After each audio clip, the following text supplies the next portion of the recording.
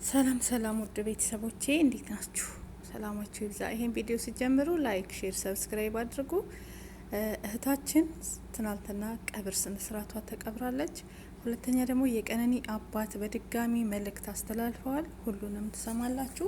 እኔ በመጨረሻ ላይ እገባለሁ ማለት ነው። ሰላማችሁ ይብዛ። ወዳችኋለሁ። ላይክ፣ ሼር፣ ሰብስክራይብ እያደረጋችሁ ቤተሰብ ሁኑ። የቀነኒ አባት በድጋሚ ለኢትዮጵያ ሕዝብ መልእክት አስተላልፈዋል። እንዲሁም ደግሞ የእህታችን ቀብር ስነ ስርዓት ተከናውኗል። ሁሉንም አብረን እናይ። መጨረሻ ላይ ልግባ። ላይክ እያደረጋችሁ ቤተሰቡ ነው። ካሜራ አለ። የካሜራውን ጉዳይ ፋሚሊ ቀድሞ ነው ያስያዘው።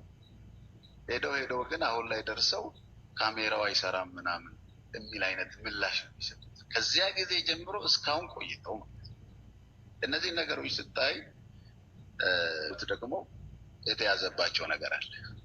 በገንዘብ ሊያስተፍ ሞክረው ማለት ነው። እኛ ልጄ ነች። የተወለደችው በምዕራብ ሐረርጌ ሚጨታ የሚያልቅ ከተማ ነው። በትንሽነቷ ነው ትምህርት ቤት ገብታ እስከ ቢኤስሲ ዲግሪ በሃይድሮሊክ እንደ ወተር ሪሶርስ ማናጅመንት በአርባ ምንጭ ከተመረቀች ጀምራ አዲስ አበባ ነው የምትኖረው። አዲስ አበባ ውስጥ የተለያዩ ስራዎችን ቢያንስ ኦሮሚያን ያስተዋወቀች፣ የባህል ልብስን ያስተዋወቀች፣ ፕሮሞሽን የሰራች ልጅ ነች። በዛ ልክ ዝቅ አልተከበረች። በዛ ልክ ማክበር ነበረበት ኦሮሚያ መንግስት ራሱ። እዛ ላይ አሁን ያሳስበው በጣም ነው የሚቃጠለው። የኢትዮጵያ ሕዝብ ግን በሰፊው ከጎኔ ቆሟል ማለት እችላለሁ። አንዳንድ የሚሯሯጡ ቢኖሩ እስከ መጨረሻው በህይወት እስካለ ድረስ እስከ መጨረሻው እሄዳለሁ ፍትህን ለማግኘት ማለት ነው። የሴቶች ጉዳይ አሁን ለምሳሌ ፍትህ አሁን ሴቶች ሞት በቀነኒ ላይ ይብቃ እንደማለት ሲገባ የህፃናት ጥቃት የሴቶች ጥቃት ማለት ሲገባቸው ከሴቶች ፍትህ አንድ የሆነ እንትን እንጂ ጎናችን የቆመው ማንንም አላየሁም። ሴቶችም አሉ፣ ኦሮሚያም አሉ፣ የኢትዮጵያ ሴቶችም አሉ። አንድ ሰው መጥቶ ቃል የሆናቸውን ድምፅ የሆናትን አላየሁም። እዛ ላይ መቆም ነበረባቸው። ፍትህም ማስቀመጥ ነበረባቸው። የአምቦዋ ልጅ እንደዛ ሆና ሞቶች። የባህር ዳሯ ልጅ እንደዛ ሆና ሞቶች። ቀነኒ እንደዛ ሆና ሞቶች። ሰው መርዳት ሲችል ማለት ነው። ድምፅ ሆኖ ቀነኒ ላይ ይብቃ፣ ቀነኒ ላይ ይብቃ። በምን እንደሞተች እንዴት እንደተገደለች ሊነገረን ይገባል። አጣርቶ እስከ መጨረሻ ዲቴል ኢንቨስቲጌሽን እያንዳንዱ ስቴፕ ዲቴል አድርጎ ቀነኒ የቀነኒ ፍትህ ይሄ ነው የሚለን እንፈልጋለን። የሚታዩ ሩጫዎች አሉ የማይመቹ። አሁን ይሄ ነው ብዬ በፖሊስ እጅ ስላለ ይሄ ነው ብዬ የማልነግርህ። ያንን ደግሞ እስከ መጨረሻ ሂዶ ፍትህ ይገባል። ቀነኒ ላይ ሞት መቆም አለበት። የሴቶች ጥቃት፣ የህፃናት ጥቃት። ቀነኒ ገና ዛሬ 25 ዓመቷ ነው። የሚመጣው ሐምሌ 7 25 ዓመቷ ነው። ቀጫት እኔ መኪና አይደለም የገደለት። መኪና ቢገላት ይህን ያለ የቆጨኝ ነገር። ትክክለኛውን ፍትህ ፈልጋለሁ። ትክክለኛው ቤተሰብ አይደለም ሀገር ነው የሚፈልገው። ብቻ አይደለም እዛ ላይ መቆም አለበት። በተደጋጋሚ ህፃናት ከሌ ሞተች የአንድ ሳምንት ወሬ መሆን የለበትም። መቆም አለበት ሞት። እውነተኛ ፍትህ አግኝቶ ቤተሰብ በሰላም ወደ ቤቱ መመለስ አለበት። በቃ ሁለት ነገር ከዚህ በኋላ ቀነኒ ዘመድ አትሆነንም፣ ግን ሁለት ሞት መሞት የለብንም። ቀነኒንም የለብንም። እዚህ ላይ ከጎን እንድትቆሙ ብቻ ነው ፈልገው። አንዳንዴ ካሰባችሁት በላይ የማይሆን እግዚአብሔር የፈቀደው ነው። ካልሆነላችሁ ተነስታችሁ ወደ ሀገራችሁ መግባት። ደግማ የገዛችው ቤት ነው። ዝም እያለው እንትን ሲሄድ ወደ ካንሰር እያደገ ሲመጣ ሌላ መኪና ውስጥ የምትጠጧቸውን ነገር ቼክ አድርጉ። የምትበሏቸውን የታሸጉ ነገሮች ቼክ አድርጉ። የሚሰጧቸውን ነገር ብቻ ዝም ብላችሁ አትውሰዱ። በቃ ታማችሁ ከአቅም በላይ የሆነ እየተንቀጠቀጣችሁ አትስሩ። ምንድን ነው ምን እንዳይፈጠር ነው። ሁሉም እንደ ግድግዳ ሰዓት ነው እየዞረ ያለው።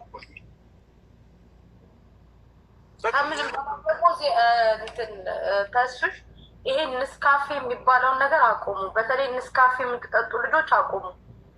ንስካፌ ነው ልባችሁን እየጎዳ ያለው። ካለሱ ወይ እሱን ምግብ በልታችሁ ወይ ደህና ምግብ በልታችሁ ንስካፌ ጠጡ። ባዶ ሆዳችሁን ንስካፌ አትጠጡ። ተው። እችታችን ነው በጣም ንስካፌ ይጠጣ ነው። ሰላም ሰላም፣ ውድና የተከበራችሁ የአዚቲ ቤተሰቦች እንዴት ናችሁ? ሰላማችሁ ብዘት ትርፍርፍ ይበልልኝ። እኔ ጋር ሁሉ ሰላም እግዚአብሔር ይመስገን። እንዴት ናችሁ?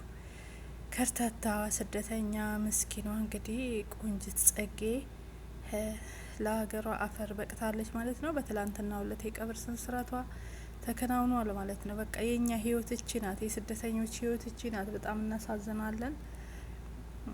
ከባድ ነው።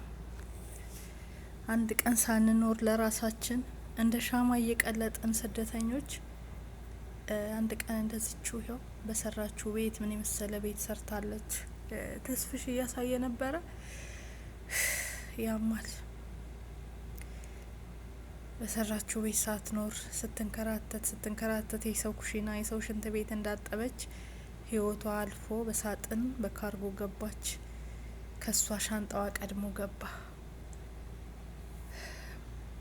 ራሳችሁን ጠብቁ። በቃ በጣም ያሳዝናል፣ ልብ ይሰብራል። ቤተሰብ ጋር ያለው ነገር፣ ልጆቿ ጋር ያለው ነገር ራሳቸውን ስተው ሲወድቁ እንዲህ ነው። በቃ የኛ በቃ አለቀ፣ ተሰናበተች እች ልጅ ከዚህ ዓለም በቃ አለቀ። ይሄ ነው አልያችሁ?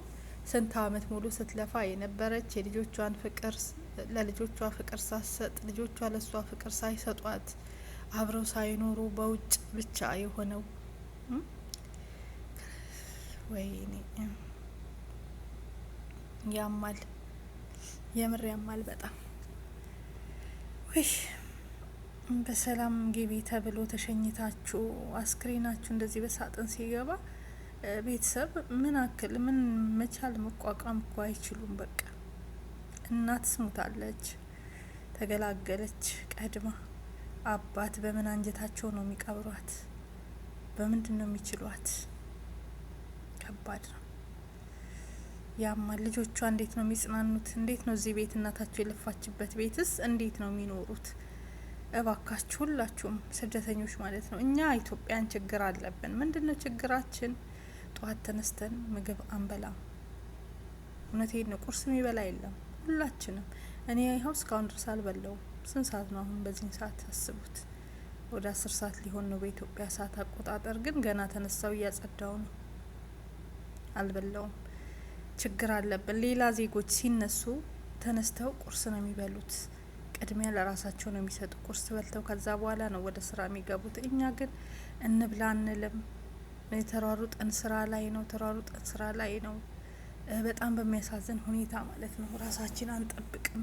መጨረሻችን ይሄ ነው። ከሆነም ኑስካፌ ነው እንዲያነቃቃን ማለት ነው። ኑስካፌ፣ ሻሂ በባዶ ሆዳችን ቡና አፍልተን የምንጠጣው ማለት ነው። ያ ደግሞ እኛ እንድንነቃና የእነሱን ሽንት ቤት እንድናጥብ የእነሱን ስራ እንድንሰራ ነው። እኛ ግን እየተጎዳን ነው። አሰባችሁ? ለሰው ስራ እኛ ራሳችን እየገደልን። ያማል። እና ተጠንቀቁ፣ የእውነት ተጠንቀቁ። ሁላችሁም ራሳችሁን ጠብቁ ነው ምለው። ቅድሚያ ለራሳችሁ ስጡ። በቃ ጠዋት ተነስታችሁ መጀመሪያ ቁርስ ብሉ ብትችሉ። ካልቻላችሁ ቢያንስ እንኳን ውሃ ወይ ወተት ጠጡ፣ የሆነ ነገር ጠጡና ስራችሁን ስሩ። ከዛ በኋላ ቀጥሉ ስራ፣ ከራስ በላይ ማለት ነው። እና እህታችን እንግዲህ ኑስካፌ በጣም ነው የምታበዛ፣ በጣም ነው የምትጠጣሉ። እሱ ደግሞ መጥፎ ነው፣ ልብ ድካም ያመጣል። አገሩ ይሞቃል። ስደት ላይ በጣም እሳት ነው። በተለይ ሳውዲ፣ ዱባይ ያላችሁ እሳት ነው። ስለዚህ ትኩስ ነገር ጭራሽ አይፈቀድም።